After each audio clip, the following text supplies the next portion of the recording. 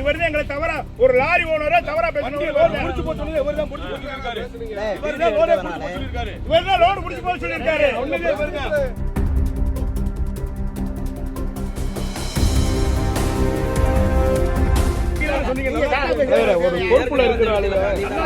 ஒரு பொறுப்புல இருக்கிற ஆளுங்க தவறா பேசக்கூடாது.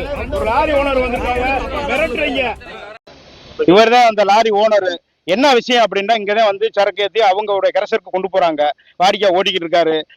இது வரைக்கும் முறையான சீட்டுகளை கொடுத்துருக்காங்க. அன்றைக்கு நிலைமைக்கு சீட்டு இல்லை, நீ அள்ளிட்டு போ, நாங்க பாத்துக்கிறோம்னு சொல்லி லோடு பார்த்து போயிட்டாரு. இடையில அதிகாரி பிடிச்சிட்டாங்க.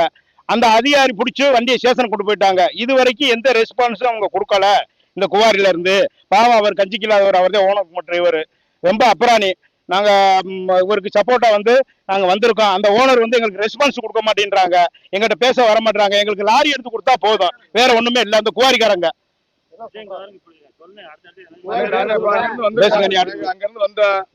குவாரியில சீட்டு போற இடத்துக்கு வந்தா, சீட்டு போற இடத்துக்கு வந்து அவர்கிட்ட வந்து அந்த கணக்கு பிள்ளை, அவர் பேர் முத்து, இவரு சோனமுத்துன்றவரை நாங்க வந்து தொடர்புல இவரு செல்ல போனல தொடர்பு கொண்டான். அவர்கிட்ட வந்து கேட்க போகும்போது அவர் கரெக்டான ரெஸ்பான்ஸ் கொடுக்கல. ரெஸ்பான்ஸ் என்ன கொடுக்கலன்னா என்ன ஏதுன்னு நாங்க கேட்கறதுக்குள்ள அவர் என்ன சொல்றாரு, எடுத்த உடனே என்ன சொல்றாரு, நல்லா தெரியாதுன்றாரு. நீங்க இப்படி பண்ணிட்டு நல்லா தெரியாது மிரட்டுறாரு.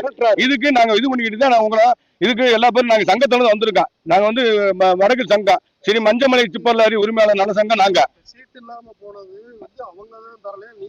அவங்க கொடுக்கல. இப்ப இந்த அவரு தான் வண்டி ஓட்டுனவர், அவர் தான் இருக்காரு. அவர் 500 ரூபாய் காலையில சீட்டுக்கு வேணும்ன்றது இவரு கொடுத்திருக்காரு.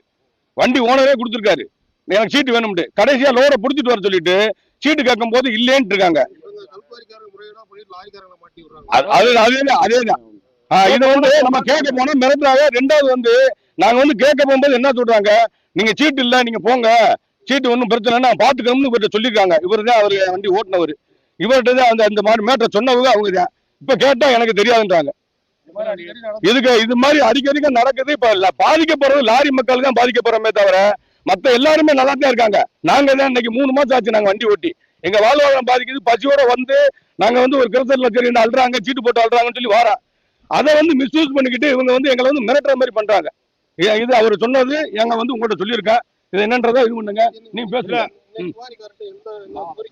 இந்த கோரிக்கை எங்களுக்கு லாரி வந்து ஸ்டேஷனுக்கு வண்டியை வந்து இது கொண்டு போயிட்டாங்க, லாரியை கொண்டு போயிட்டாங்க.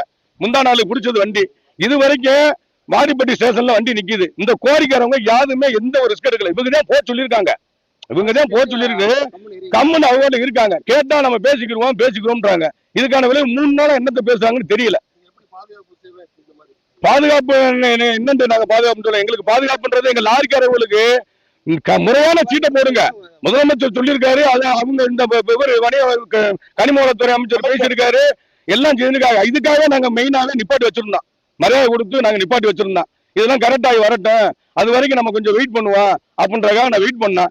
இன்னைக்கு வந்து நாங்க போட்டுட்டா நீங்க வாங்க, எல்லாம் இருக்கு, பக்காவா இருக்குன்னு சொல்லி வர சொல்லிட்டு இவரை வந்து இந்த மாதிரி ஒரு மிஸ்யூஸ் பண்ணிட்டாங்க.